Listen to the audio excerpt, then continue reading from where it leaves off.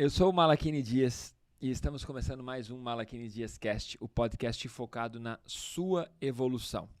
Hoje o podcast traz para a luz, para o nosso debate aqui, o livro Hábitos Atômicos, do James Clear.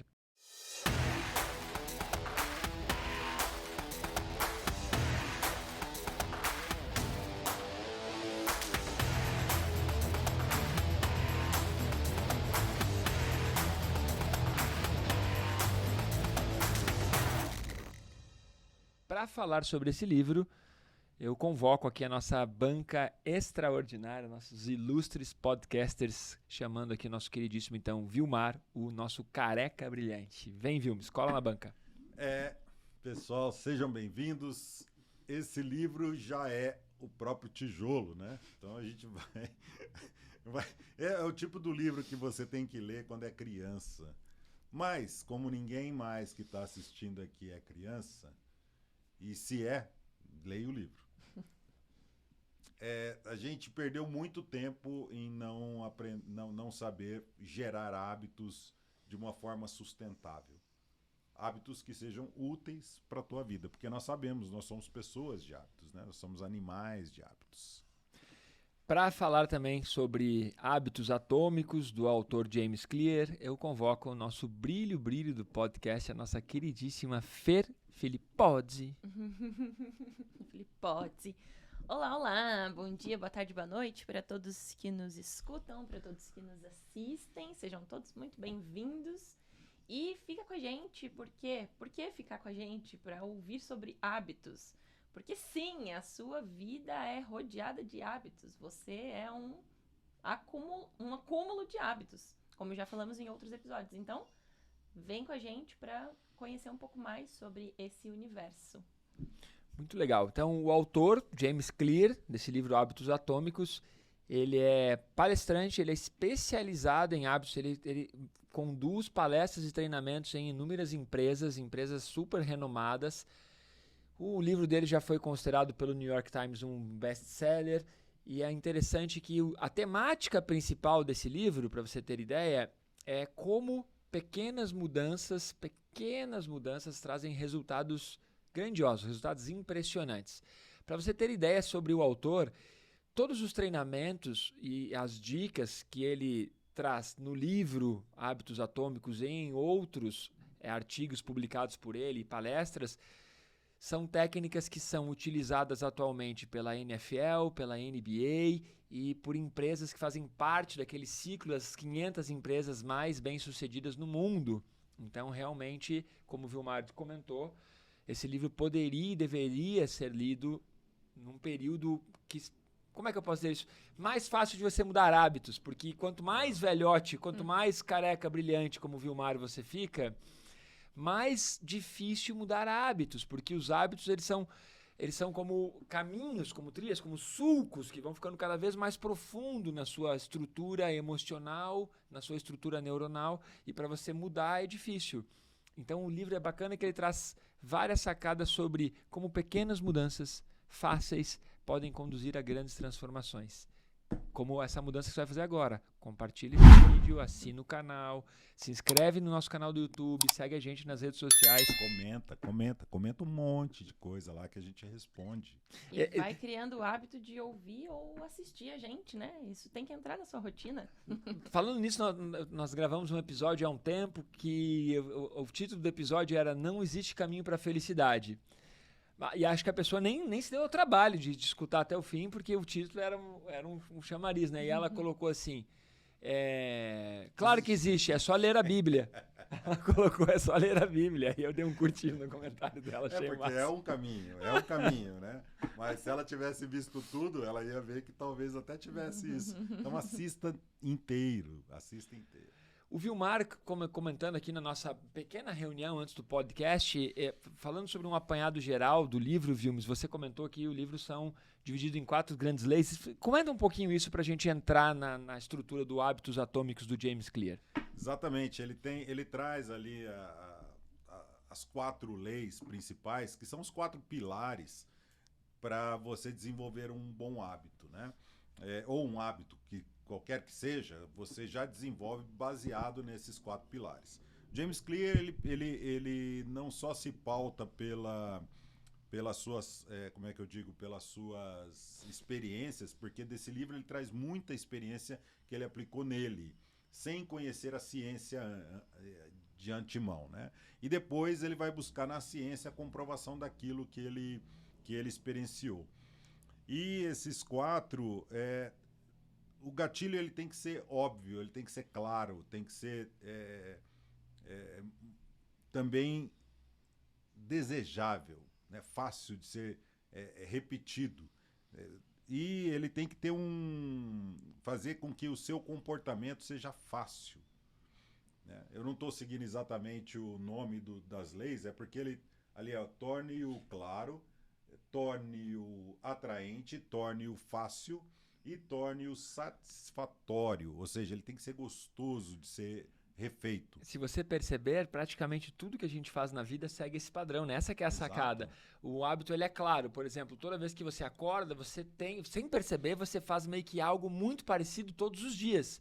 Você acorda meio que da mesma forma, segue uma rotina. É um ritual, né? É um ritual.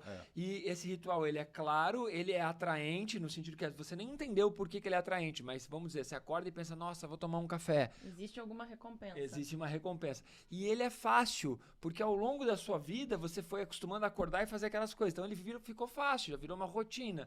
E ele é satisfatório, que depois que você cumpre aquilo, é como se falasse, pô, tá, né, tem uma recompensa, uma satisfação. E justamente por isso que é tão difícil você, às vezes, mudar um hábito enraizado. Porque um hábito que é ruim, por exemplo, né? Eu fumo. Eu não fumo. Mas Houve uma... Eu não fumo, mas uma pessoa que fuma, ela quer parar de fumar. Não é fácil parar de fumar. Não é fácil você parar de beber álcool. Não é fácil você tirar a Coca-Cola da sua vida, se é isso que você quer. As coisas que você não quer mais na sua vida, porque você teve um esclarecimento e você sabe que aquilo pode estar te fazendo mal, ou te roubando tempo, ou o que quer que seja, afastando as pessoas. Esse tipo de comportamento, para você mudar, ele não é fácil de mudar simplesmente. Então aqui, o livro ele traz um monte de hacks, um monte de dicas, justamente para que isso se torne cada vez mais fácil de você implementar na sua vida. E eu acho interessante até voltar no ponto que o Malachini comentou das pequenas mudanças, porque isso realmente é uma parte da base que vai construindo o livro. E é muito engraçado analisar na nossa vida que a gente tem essa mania de supervalorizar as grandes decisões, supervalorizar as grandes mudanças, como se aquilo fosse realmente necessário, como se aquilo fosse mudar a nossa vida, quando a gente, no fundo, deveria valorizar as pequenas mudanças, as pequenas melhorias diárias que a gente acaba subestimando.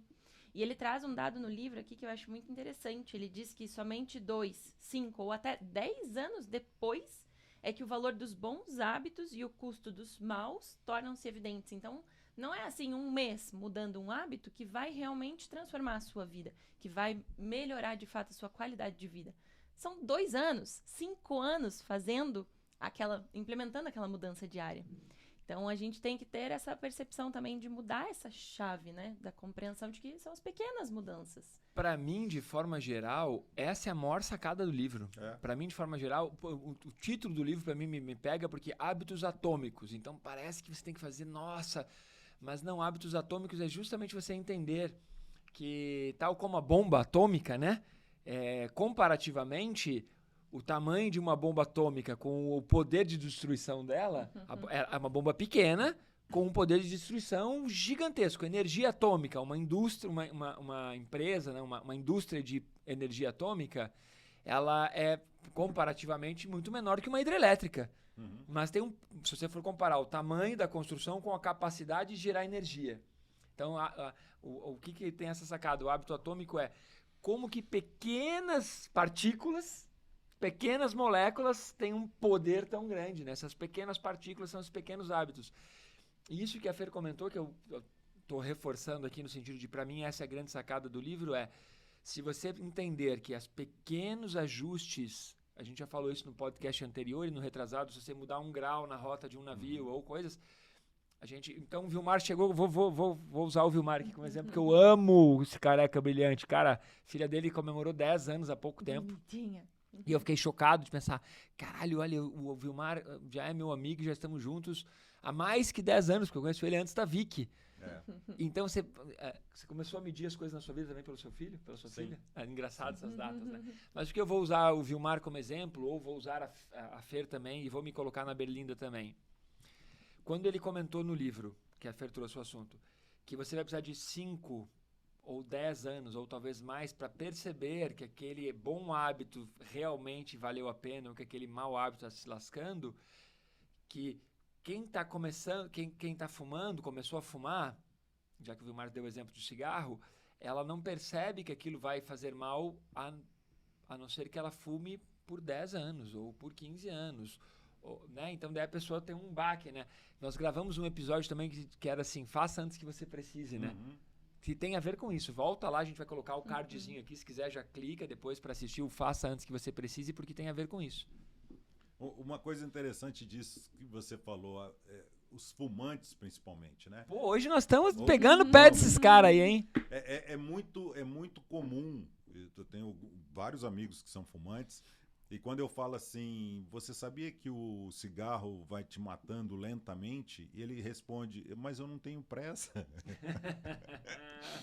A anedota já denota isso, que é o hábito, né? Você vai enraizando, como o Malachini falou, você vai criando esse suco cada vez mais profundo, e a hora que você se vê lá dentro, é um labirinto profundo que você não consegue sair mais pelas paredes, você vai ter que achar uma saída daquilo e não é fácil.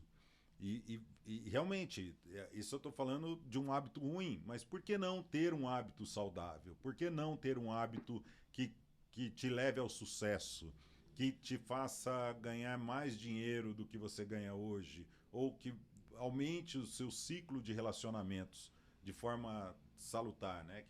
Que te traga proveito.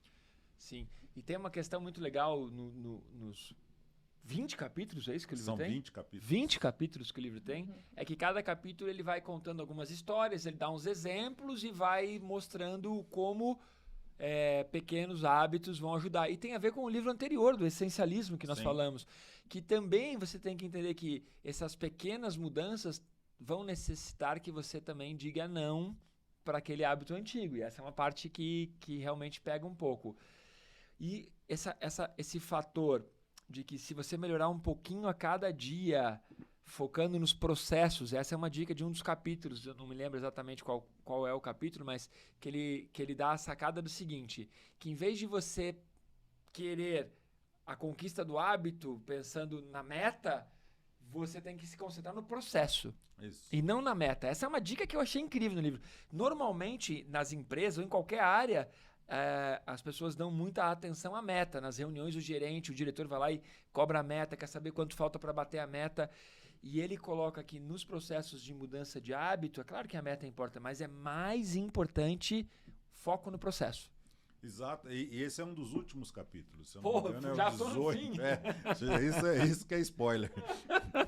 Mas enfim, essa questão da jornada, de você prestar atenção na jornada, é justamente para você fazer as pequenas correções necessárias para atingir a meta.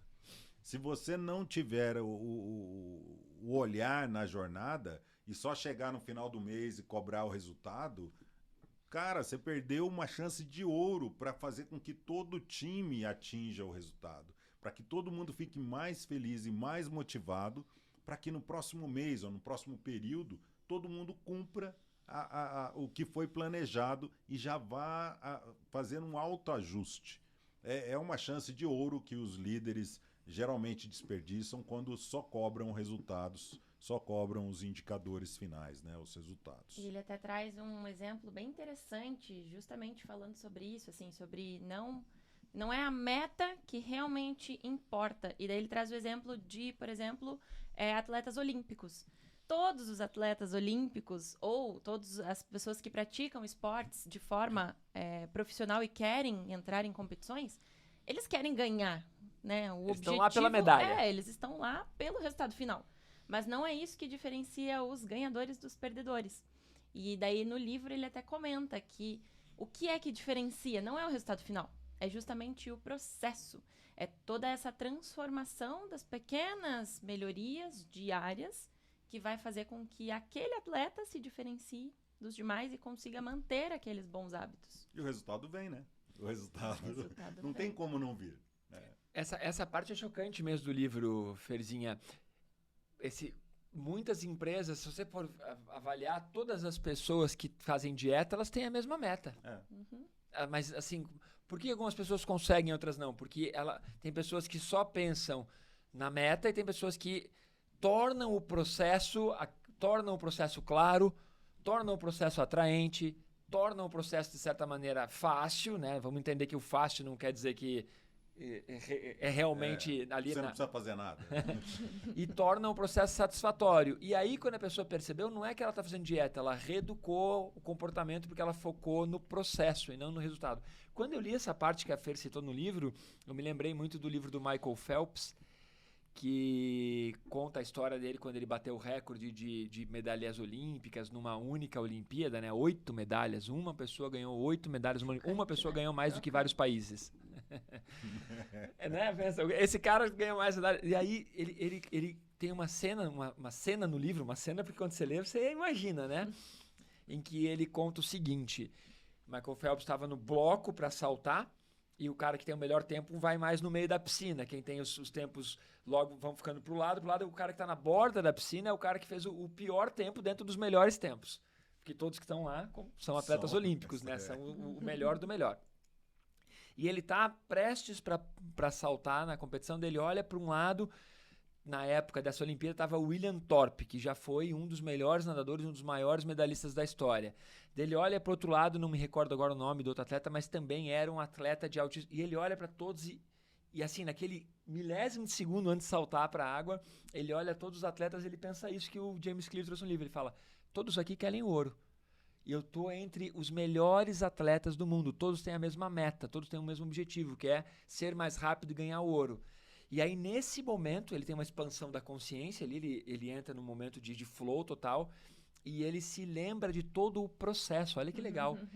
Ele lembra de todo o processo, ou seja, tudo que ele fez até aquele momento. E aí vem uma sacada que é muito legal. Nesse momento que ele lembra de tudo que ele fez, ele percebe que ele não furou, que ele não falhou, que ele seguiu, que ele se comprometeu e que ele fez tudo que ele tinha combinado com o técnico. E aí ele conta no livro que naquele momento ele falou, agora é pular e nadar.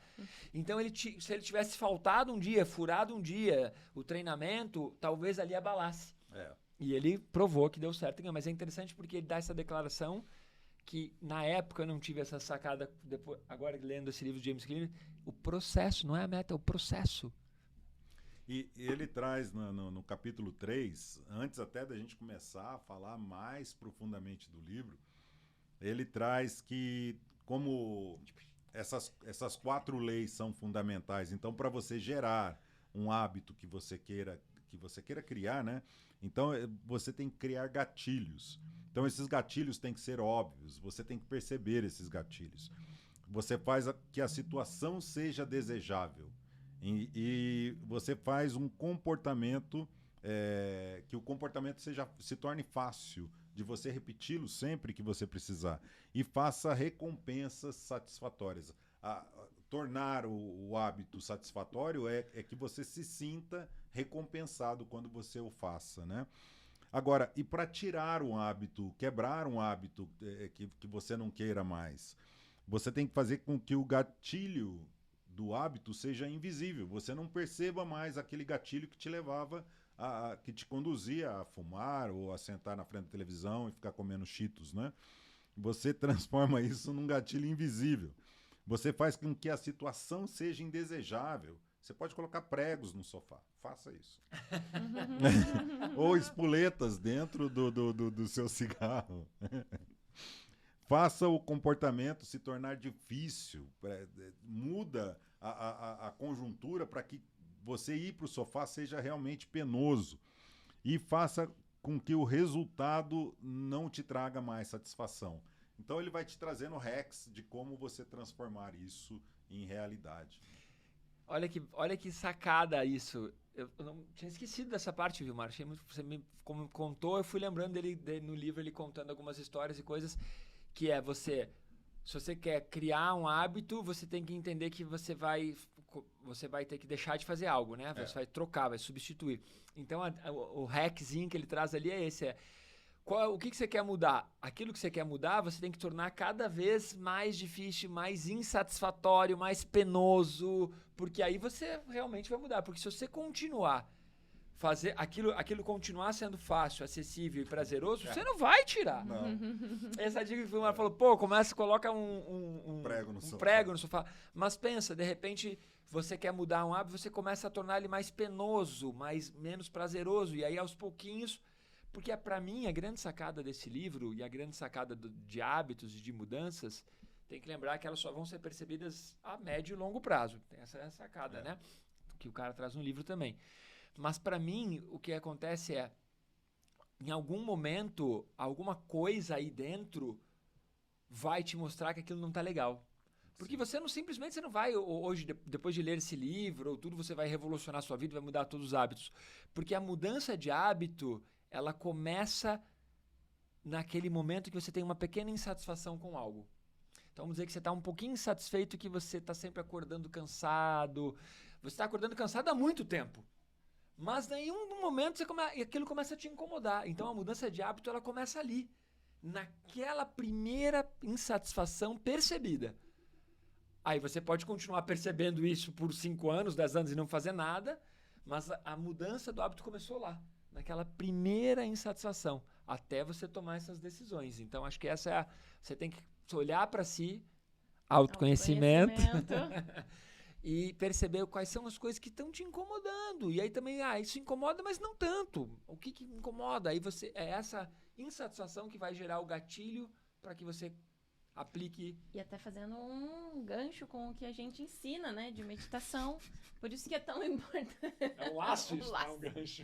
Um gancho aqui, ó. Por isso que é tão importante também incluir na rotina momentos de autoobservação, de autoanálise, treinos de concentração, para que você abra espaço para que você consiga, de fato, observar essas insatisfações. Porque muitas vezes, na vida corrida, é muito fácil a gente deixar de lado, né? Eu vou ignorar isso aqui, eu vou só seguir, eu preciso fazer tal coisa logo em seguida, preciso fazer tal coisa para amanhã, tenho uma meta a bater, e a gente não para olhar. Então, tem esse ponto também de que, às vezes, é necessário abrir este espaço para se observar. Agora, o Malachini trouxe uma coisa curiosa. Ele falou assim, até que você tome a sua decisão. Eu ouvi um camarada falando esses dias aí que ele tomou uma decisão há 1 ano de emagrecer. E aí ele não começou a fazer nada ainda. Então não resolveu muita coisa. Então é importante que você tome a decisão e já implemente. Porque só tomar a decisão parece óbvio, todo mundo toma. Tem as resoluções de final de ano. Nós estamos chegando no final do ano, talvez você vá assistir isso aqui bem nas vésperas da virada do ano. E você vai perceber que você quer um monte de coisa diferente na tua vida. Você já sabe de um monte de coisa que você quer diferente pro ano que vem. E não dá tempo mais, porque já é dezembro, já tá lá. Tá na boca do gol. É como o Michael Phelps, que estava lá em cima do bloco. Aí, se ele não tivesse treinado, que ele não estaria lá, mas vamos supor que ele fosse um as na natação, só pelo dom, e ele estivesse lá em cima do bloco por acaso, porque o resto do pessoal não tinha as mesmas habilidades que ele tinha, ele nasceu com guelras, ele tem escamas, enfim, é um cara super poderoso. Só que se ele não treinou ao longo da vida, ele teria um monte de dúvidas, e que ao pular na água, talvez ele não saísse, não nadasse 100 metros. Então é importante que você tenha, além de tomar a decisão, você já implemente, já comece a dar os primeiros passos. Legal, porque realmente, né, quantas vezes você já comentou que queria aprender francês, que queria conhecer a Indonésia, tô falando algumas coisas de mim aqui, tá? E não deu o start de começar, ou muitas vezes você começou, mas não levou pra frente, que também tem isso, né? Mas tem uma parte legal no livro, assim, que também me chamou a atenção, que é um paralelo, né? Ele coloca assim que existe uma supervalorização da motivação.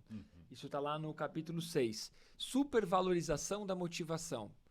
E eu percebo muito isso, que as pessoas elas supervalorizam a motivação, sendo que existem inúmeros estudos dentro da área da psicologia comportamental, em que o meio, o ambiente, ele às vezes importa mais do que a motivação.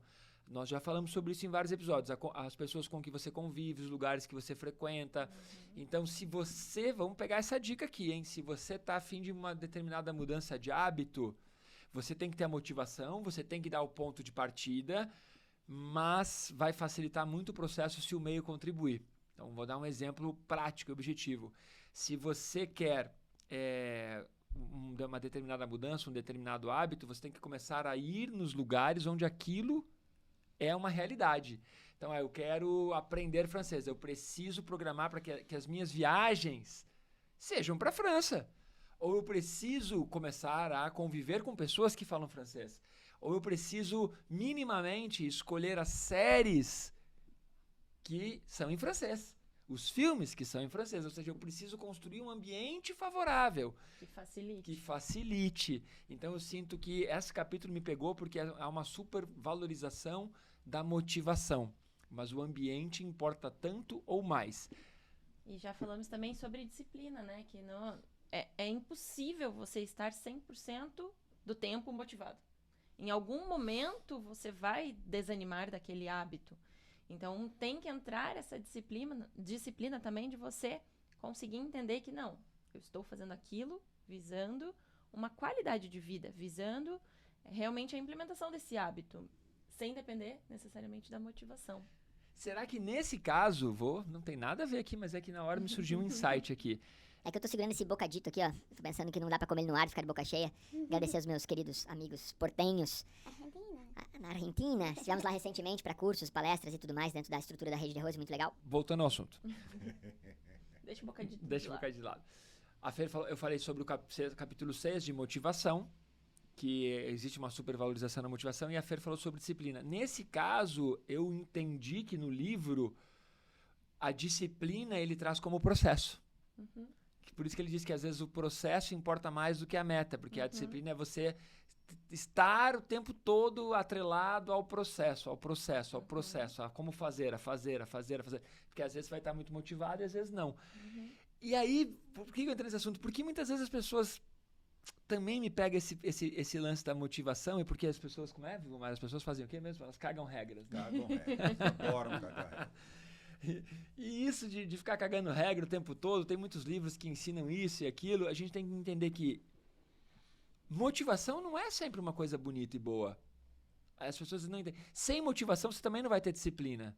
Porque você tem que ter um motivo para ação. Então tem que entender a motivação de uma maneira menos hollywoodiana, menos cheia de brilho. É um motivo para ação. O motivo para ação, às vezes, é raiva. O motivo para ação, às vezes, foi um divórcio. O motivo para ação, às vezes, foi uma falência. O motivo para ação, às vezes, é uma doença. Agora o cara está se cuidando. Por quê? Tem uma motivação. Qual é a motivação? O médico mostrou que ele está morrendo. É a motivação. Não é que às vezes a motivação tem que ser, nossa, acordei feliz e motivado. Não, as pessoas entendem errado. O motivo para ação. Qual é o teu motivo para emagrecer? Qual é o teu motivo para aprender francês? Qual é o teu motivo? E é por isso que às vezes as pessoas não começam aquela mudança. Que o motivo não é forte. Porque ainda não tem a motivação. E não é uma motivação bonitinha, cor-de-rosa.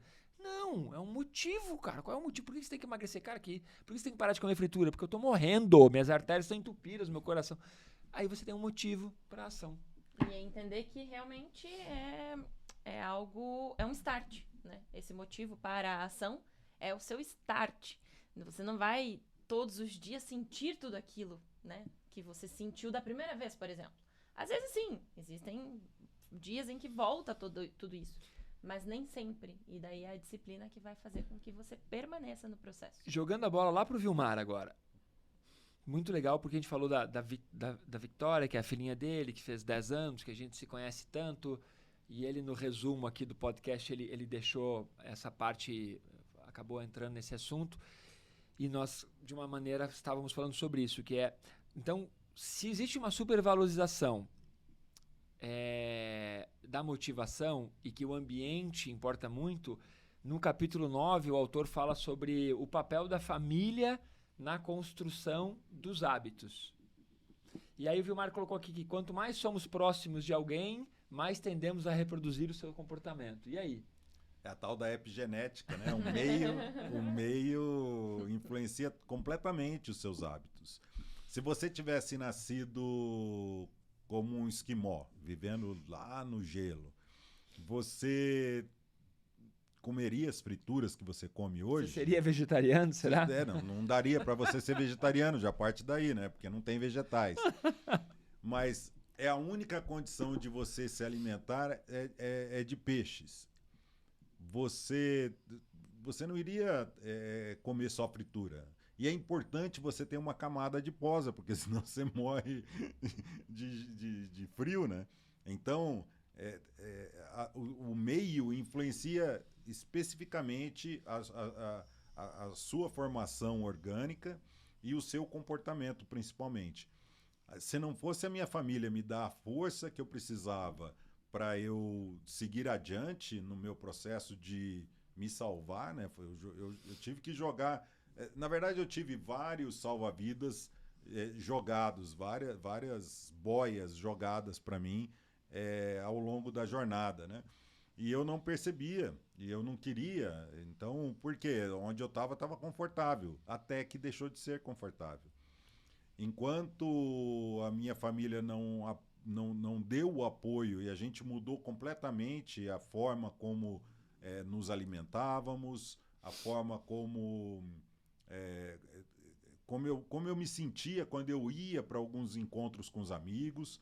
Enquanto eu não mudei isso completamente, esse meio, eu não tinha condição de sair dali. Então, se você quer mudar um hábito, você se enfia no meio em que te propicia o hábito que você quer adquirir e saia do meio em que o hábito te facilite do hábito ruim, né? Para você se manter na situação que você está.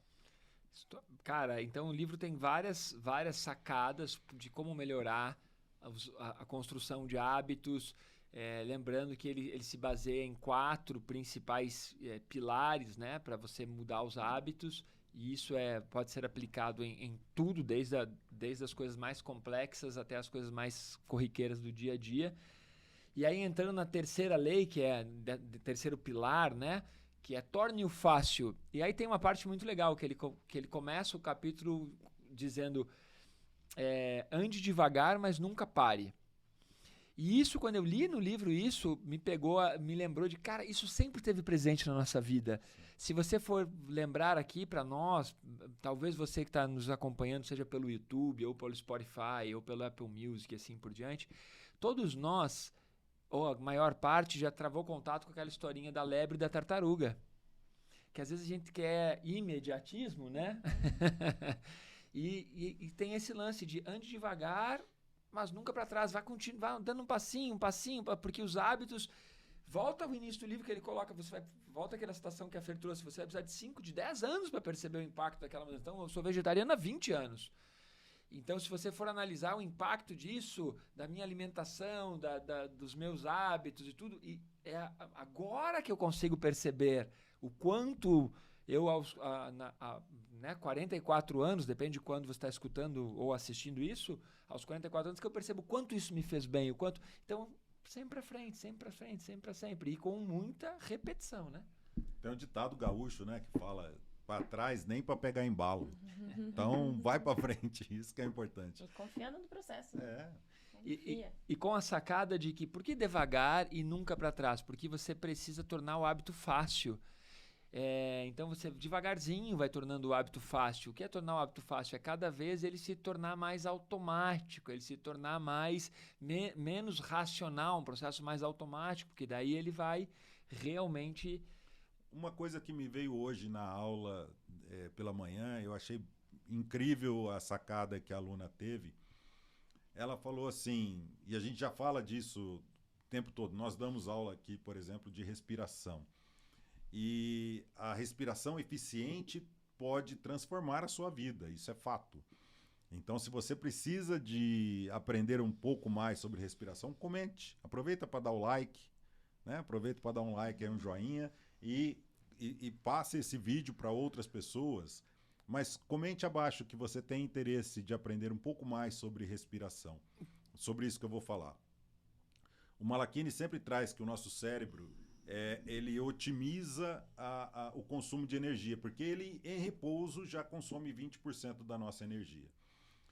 Se você tentar prestar atenção na sua respiração o dia inteiro, você chega no final do dia sem energia nenhuma, porque você está gastando energia prestando atenção na respiração. Só que se você vai transformando isso num hábito, vai chegar num determinado ponto que a sua respiração é eficiente, independentemente de você prestar atenção nela ou não. Porque você aprendeu, aquilo se transformou num hábito para você. E aí o seu cérebro para de gastar energia. Então, toda e qualquer transformação de hábitos, você vai gastar energia no começo, muita energia. Então, se prepare para isso. Aprenda a respirar, por exemplo. E tenha pequenos passos, né? Sim. São os passinhos de formiga, que você gasta muito menos energia, tendo uma pequena ação que você faça realmente lentamente, num processo contínuo, em vez de querer já mudar radicalmente, porque a gente não consegue sustentar por muito tempo grandes mudanças. É custoso demais. É muita Então, energia. São os pequenos passos. E é legal pensar que, olha só, que no livro com essas quatro leis, com esses 4 pilares, a gente está agora perto do 12º capítulo, falando sobre a lei do menor esforço, né? Então a gente pegou aqui, ó, que falou, torne-o fácil. Para tornar fácil, tem que gastar menos energia, que é o que o Vilmar acabou de comentar, ou seja, a lei do menor esforço, né? Mas eu vou citar um pedaço que acho que está meio embaralhado no meio do livro e tal, mas para você ter umas sacadas das coisas legais que tem no livro. Tem uma parte do livro que o autor conta sobre empilhamento de hábitos.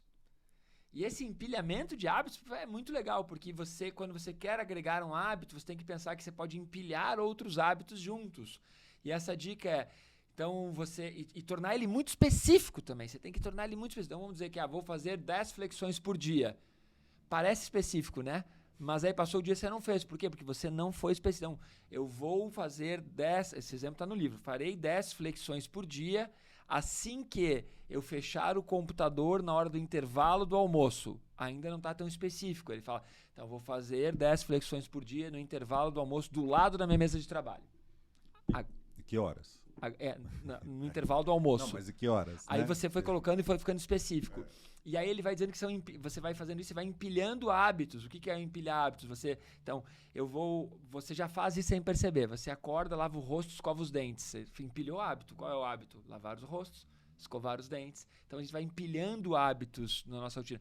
E você pode fazer isso com hábitos que você considera que precisa mudar, tornando ele mais fácil e empilhando hábitos. Essa parte de empilhar hábitos eu achei legal. Vale a pena dar uma estudada e pesquisar sobre isso. E a gente já falou também, mas da grande importância da agenda nessas horas, porque a agenda também facilita que você consiga planificar tudo que você vai fazer no seu dia, e tudo que você põe ali tem mais chance de você conseguir manter e realmente cumprir. E isso é fundamental para que você tenha a disciplina de continuar no processo. E aí nós entramos aqui já caminhando para os últimos capítulos. Ali, se alguém quiser falar algo durante, a gente sabe que aqui é uma bagunça organizada, né? Mas ele entra na 4ª lei, que é torne o hábito satisfatório. E isso me lembra o livro O Poder do Hábito, do Charles Duhigg, algo assim, né? É isso. E nesse livro do Poder do Hábito, ele conta uma história de quando eles estavam querendo tornar o hábito de escovar os dentes um hábito, porque não era um hábito, não existia isso. As pessoas não escovavam os dentes todos os dias e muito menos 3, 4, 5 vezes por dia. Para construir esse hábito, eles tiveram que tornar satisfatório o hábito de escovar os dentes. Então, quando você termina de escovar os dentes e tem aquela sensação de hálito fresco, uma leve película nos dentes, uma sensação de alívio, de menta ou do sabor da pasta de dentes que você gosta, isso está lá propositalmente estudado, pesquisado e fez parte da construção de criar o hábito das pessoas escovarem os dentes e tem a ver com o período da guerra e tudo. Então, essa parte do livro do Poder do Hábito me chocou na época. Eu falei, nossa, nunca tinha. E é real. Você não escova o dente porque você pensa em não ter cárie. Você escova os dentes porque é satisfatório ter a sensação do hálito fresco, né? Aqui no Brasil tinha uma época uma propaganda de uma da Colinos que era hálito. É legal. Então você nem percebeu, mas os hábitos eles sempre estão atrelados a essas leis que ele, de uma maneira magistral, conseguiu explicar com vários pequenos detalhes. Então, essa quarta lei que é torne-o satisfatório. É a experiência. O pessoal de propaganda e marketing, eles são especialistas em transformar um produto que tenha talvez alguma utilidade ou que não tenha utilidade nenhuma e só quer te empurrar para que você adquira o hábito. E quanto mais pessoas estiverem usando, quanto mais depoimentos de pessoas que estão utilizando, e aí você vai se convencendo que fazer aquilo é bacana, mesmo que no início seja ruim. Como, por exemplo, fumar e beber. No começo, a primeira cerveja não é legal, o primeiro cigarro não é legal, só que depois você vai adquirindo o hábito porque você está num meio que propicia aquilo.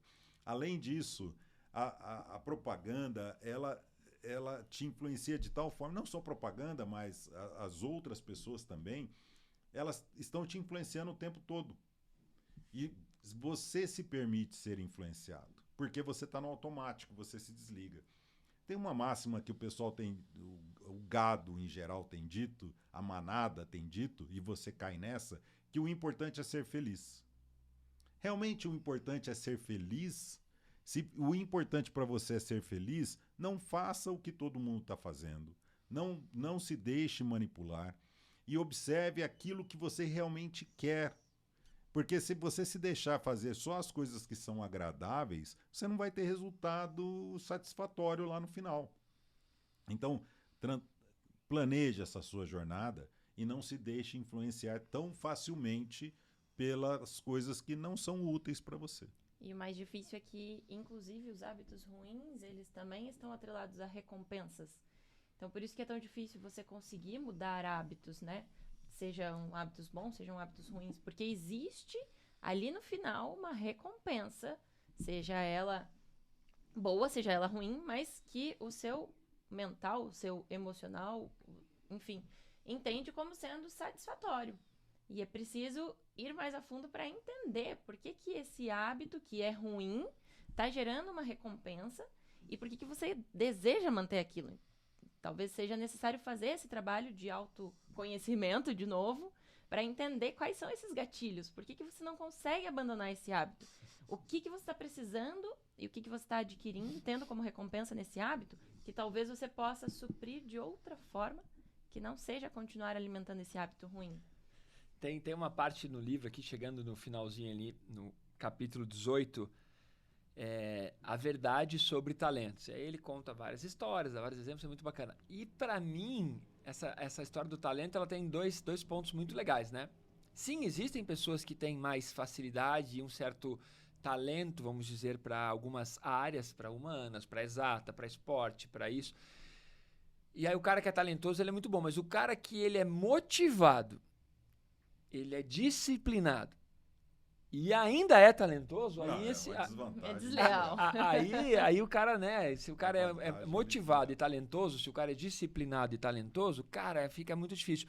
E quando o cara ele é talentoso, depois de adulto, ou o cara tem lá uma conquista, lá um Nobel, um doutorado, o cara bateu um recorde, o cara é um chefe super, isso, é um baita pai de família, uma baita empresária. As pessoas falam, é talento. Elas não viram que por trás desse talento tem aquilo de pequenos passos e nunca para trás, pequenos hábitos, ou seja, é uma construção de muitos e muitos dias, muitos e muitos meses, muitos e muitos anos na busca, no processo, né? Que o James Clear está no livro, com foco no processo, e aí chega no resultado. E isso me lembra aquela frase tão clássica de Aristóteles que a excelência, ela nada mais é do que um hábito, né? O hábito conduz você à excelência. Então, quando Aristóteles fala de excelência e fala de hábito, que o termo que eles usavam, que Aristóteles usava é eudaimonia, quando você alcança a máxima excelência, a máxima performance, você tem esse estado de eudaimonia, é isso. É você entender que você transformou aquele hábito numa coisa tão prazerosa, tão recompensatória, tão, de certa maneira, atraente e fácil, né? Fácil, que aquilo virou um talento, que aquilo virou um momento de eudaimonia, um momento em que você olha para aquela pessoa e fala, uau, essa pessoa ela é fora da média, ela é fora da curva, ela é um talento. Mas por trás disso tem o quê? Hábitos atômicos, ou seja, constância, motivação, disciplina, e tudo isso. E mesmo se você acompanhar essa pessoa ao longo da jornada dela, talvez você não perceba o esforço que ela está fazendo, porque ele é tão sutil, tão pequeno, porque ele vai sendo gradativo. E falando em acompanhar, voltando aqui um pouco no capítulo 17, uma parceria pode mudar tudo, pode te favorecer absurdamente.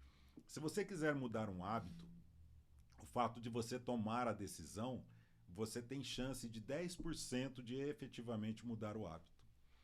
Se você escrever, planejar o que você quer de resultado, planejar essa jornada, você aumenta para 25% de chance de mudar o hábito, está escrito. Se você compartilhar o resultado que você quer com pessoas ao seu redor, você tem 50% de chance de avançar no hábito. Agora, se você tiver uma parceria, uma pessoa que te acompanha, que talvez queira o mesmo resultado que você e vocês dois juntos vão em diante nessa jornada, sua chance aumenta exponencialmente, vai para 90%. Ou seja, até aqui você tinha só 50% de chance de acertar. E eu digo só porque você tem um outro tanto que é de falha, né? Agora, 90% de chance de você atingir o resultado se você tiver uma parceria que está ali junto contigo para te levar para onde você quer, isso não tem preço.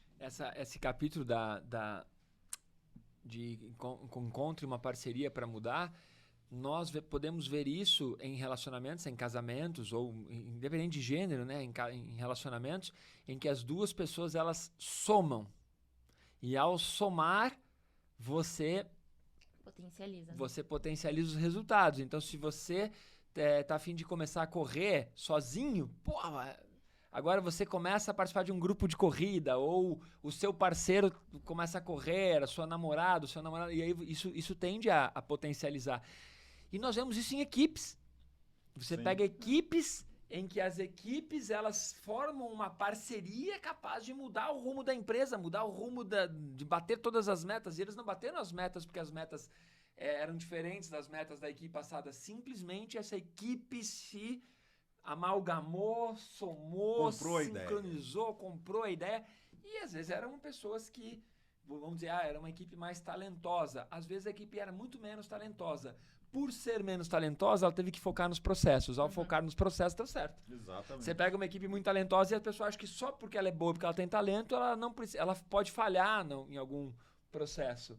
Então, essa sacada desse capítulo é muito legal. Você vê queria comentar. Não, pode falar. Desculpa, você vê numa equipe de Fórmula 1, o melhor trocador de pneu não faz diferença na equipe. Se a equipe não for a melhor trocadora de pneu, né? Não adianta nada, tem toda a razão. Eu só queria comentar a questão do talento mesmo, que às vezes até a pessoa que é mais talentosa, ela não se destaca justamente porque ela não tem, como é muito mais fácil para ela realizar aquela coisa, ela não tem a disciplina de manter o processo, os pequenos passos, e ela não vai evoluindo, ela se mantém naquele patamar.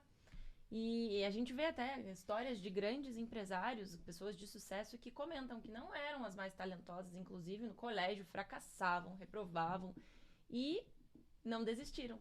Tinham uma ideia, tinham uma forma de fazer e mantiveram a persistência no caminho, no processo, e hoje são o que são, e a gente diz que são talentosos.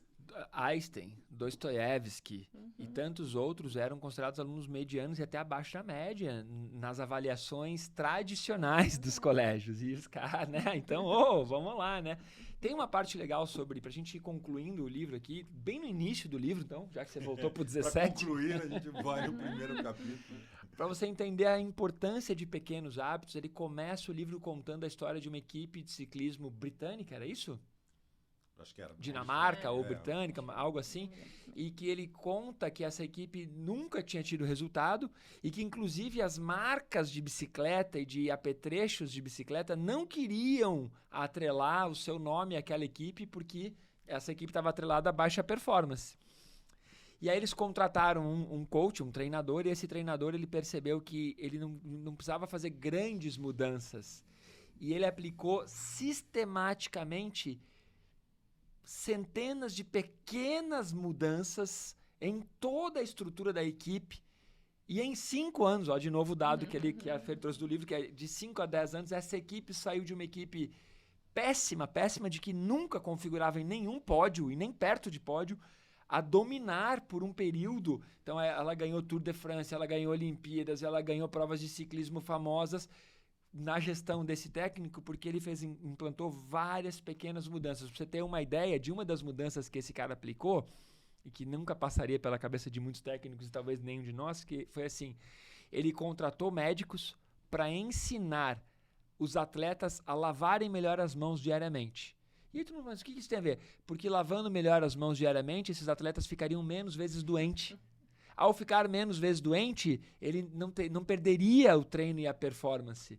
Aí ele também descobriu que cada atleta tinha uma composição, uma massa, e mudou os colchões dos atletas para que eles dormissem melhor, porque se eles dormissem melhor, eles recuperavam melhor do treino. Foram várias pequenas mudanças que você olhar e falar, cara, isso não faz sentido nenhum, mas na soma de todas essas pequenas mudanças, ele construiu uma equipe vencedora e campeã. Pequenos ajustes. Tem uma parte chocante também, que era o caminhão que transportava as bicicletas, o cara decidiu que ia pintar o caminhão todo de branco por dentro. E aí, para que isso? Porque aí assim iam conseguir identificar pontos de sujeira e de poeiras mais facilmente, que essa sujeira, essa poeira provavelmente ia interferir na engrenagem das bicicletas, nas coisas. Coisas muito pequenas. Então, ele não contratou um atleta de elite, ele não fez uma grande mudança ali, ele foi fazendo vários ajustes, e em 5 anos, essa equipe começou a ganhar tudo. É louco isso. É muito legal. Esse início do livro, eu li aquilo e falei, quero ler. E você vê, por que essa equipe talvez nem seja mais, ou talvez de longe não seja mais a grande campeã? Porque aí ele termina o livro ali no capítulo 20, falando do lado ruim. Isso foi combinado, né? Foi, lógico, pra fechar. Tem que ir lá no primeiro para ir no último. Por que essa equipe talvez não seja mais a grande campeã? Porque tem um lado ruim de criar bons hábitos. Que a hora que você atinge aquele objetivo que você falou assim, já atingi isso, você não faz mais, você não avança, você não evolui, você estabiliza. E aí está o grande erro.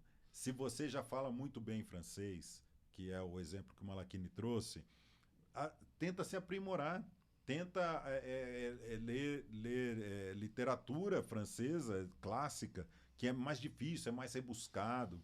Se o seu negócio é aprender inglês, tenta ler Shakespeare, né? Que tem aí uma centena de anos. Algumas centenas de anos. Cabeça fervendo. E aí você vai aprendendo, vai rebuscando ainda mais o seu conhecimento, uma habilidade de andar de bicicleta. Será que você não pode ir um pouquinho além? Será que você não consegue se distanciar de tal forma do segundo colocado que fica difícil quebrar o recorde, né, para o outro, né? Você sempre quebrando recordes e para o outro se tornar difícil. Isso te traz uma vantagem realmente avassaladora perante qualquer concorrência ou até mesmo para sua satisfação pessoal. É legal, né? Porque o cara termina o livro, o último capítulo do livro, um livro sobre você criar hábitos bons, hábitos atômicos, pequenas mudanças, grandes resultados. Ele tem o último capítulo que é o 20º ali, o lado ruim dos bons hábitos. Ainda chacoalhando. Mas eu não queria terminar esse podcast sem comentar que o que mais, assim, até então, o que mais me chocou foi algo que ele traz lá no comecinho também, que é a associação entre hábito, principalmente mudança de hábitos, com identidade. Isso pra mim é assim, agora que eu sei, faz todo sentido. Foi realmente uma expansão da consciência e eu fico tipo, nossa, é realmente isso. Muito mais do que ser o tipo de pessoa que quer alguma coisa, você precisa se tornar o tipo de pessoa que é aquilo. E ele até comenta que é muito mais fácil a gente conseguir manter determinados hábitos, os hábitos que a gente almeja, quando a gente não precisa ficar lutando com essa mudança de comportamento. Porque mudança de comportamento é algo muito trabalhoso. Gasta muita energia, é difícil. E quando a gente se torna aquela pessoa, é muito mais tranquilo, muito mais fácil de automatizar aquele hábito, para que isso vire realmente o seu estilo de vida. Então isso foi, para mim, foi assim, uau! Uma sacada. Uhum. Tem a questão, o pessoal fala muito dos grandes larápios, né, da humanidade. Aquele cara que vendeu a Torre Eiffel, por exemplo. Os charlas. Os charlas. Os charlatões. Esses caras, eles precisam inicialmente acreditarem no potencial deles. E eventualmente aquele cara ele não era um grande vendedor, mas ele teve que montar de tal forma a artimanha para vender a Torre Eiffel. Um outro lá que vendeu a ponte lá de Londres. Enfim, você tem que criar a personagem de tal forma que você começa a acreditar naquilo. Então, e ninguém fala dos grandes empresários que só chegaram lá porque acreditavam naquilo, mas fala desses larápios. Então, se você utilizar isso para o bem, como o professor De Rose costuma dizer, né, se até se o charlatão entender que ter uma boa conduta vai dar resultado para ele começa a deixar de ser charlatão, né? Ele começa a ser uma pessoa de boa conduta. Então, você mentalizar e vestir mesmo aquela personagem até você atingir o teu resultado final. Isso vai te dar uma dianteira muito forte para criar bons hábitos. O Vilmar citou a história da Torre Eiffel porque ele tem uma parte do livro que ele conta essa história do cara que enganou pessoas vendendo a Torre Eiffel, dizendo que o governo ia desmontar a Torre Eiffel e ia vender como sucata. É muito legal essa história, e o cara comprou. Tem gente que comprou. É muito legal essa história. Bom, o livro Hábitos Atômicos é um livro que traz basicamente 4 grandes leis, né? Então, para você que está interessado em aprimorar hábitos e mudar hábitos, é um livro que, como a gente brinca aqui, é um livro que vem cagar regras, né? Ele vem dizer o que você tem que fazer para melhorar, mas basicamente para construir hábitos mais saudáveis ou hábitos mais interessantes ou hábitos que vão conduzir você a chegar no resultado que você quer, que nem sempre esses hábitos vão ser saudáveis. Tem que entender isso, um cara que é bodybuilding, ele terá hábitos nada saudáveis para alcançar o resultado de ser Mr. Olímpia ou a categoria que for, porque o cara vai ter que fazer um treino que agride o corpo, vai ter que usar substâncias que maltratam o corpo, mas ele vai estar dentro do objetivo dele. Então, não necessariamente você criar novos hábitos tem a ver com se tornar uma pessoa mais saudável, mais feliz, sim, mais ética, né? Tem que entender isso. Mas a grande sacada é, torne o hábito claro, torne o hábito atraente, torne o hábito fácil e torne o hábito satisfatório. E aí vem a perguntinha do final. Ferzinha, brilho, brilho. Esse livro, ele vai pra fogueira, ninguém merece ler, queima esse livro. Ele vai pra sua estante para você reler esse livro, ou você doa ele, passa ele pra frente para que mais pessoas leiam. Ele fica na minha estante porque, inclusive, eu ainda preciso terminar de ler. Nos últimos capítulos eu não consegui. Então fica na minha estante porque eu quero também reler o começo. Tem que entender que a Ferzinha, no meio do processo podcast, ela não satisfeita só em participar do nosso evento na Argentina, em Buenos Aires, ela estendeu por 10 dias passeando por El Calafate, indo visitar o Perito Moreno. Ela falou, e o Perito Moreno? Aí eu dei aquela resposta de quem é culto, sabe tudo muito legal, né? Não fazia ideia do que era o Perito Moreno. Aí descobri que é uma baita geleira e tal, fui pesquisar, mas depois foi engraçado. Eu vou lá visitar o Perito Moreno em El Calafate. Eu também não. Ele deve dançar muito, né? E aí eu dei aquela eu sabia que El Calafate ventava muito, mas lá venta muito, né? Mas por isso que ela não conseguiu terminar a leitura do livro, uma boa desculpinha, né? Uma desculpinha, mas é uma boa desculpa. Ela tá arrependidíssima, né? Por isso que ela veio de batom vermelho mais produzida, porque é pra compensar. Bom, mas então esse livro continua na sua estante. Estante. Viu, Mari? E você? eu compraria para dar de presente, mas esse daqui que tá todo rabiscado vai ficar comigo. Na verdade, o meu tá aqui em formato digital, tem um monte de marcações.